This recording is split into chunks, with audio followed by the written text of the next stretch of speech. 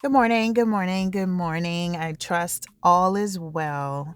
I recently had a conversation with a friend and it made me stop and think.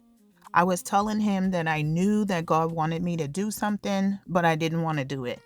And I told him that me and Holy Spirit was having a fight. My friend laughed at me and said something that I'll never forget. He said, "You and the Holy Spirit don't have fights. You're fighting with yourself, and the Holy Spirit has already won." I just sat there and smiled because I knew he was right, and it immediately reminded me of something I had heard.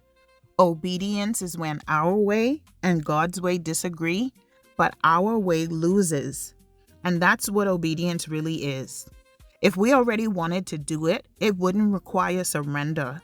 The struggle comes when our flesh wants one thing, but our spirit knows what God requires of us. Paul describes this struggle in Romans 7. He says, "The things I want to do, I don't do, and the things I don't want to do, those are the very things I keep doing." And that's the battle every believer faces. It's the tension between our flesh and our spirit. Every day we're given a choice. Will I satisfy what my flesh wants right now, or will I submit to what God knows is best? Sometimes obedience is hard. Sometimes it feels unfair.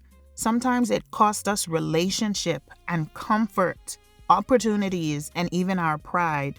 But delayed obedience is still disobedience, and partial obedience isn't obedience at all. The beautiful thing is that God never asks us to surrender something because He wants to take away from us. He asks us to surrender because He wants to give us something better. So if you're struggling today, don't be discouraged by the battle. The struggle doesn't mean you don't love God. It means you're human. The victory comes when, despite how you feel, you choose to obey anyway. Because in the end, obedience isn't about winning an argument with God. It's about trusting Him enough to let His way win. Continue to be encouraged, continue to be uplifted, continue to be blessed, and have an amazing weekend.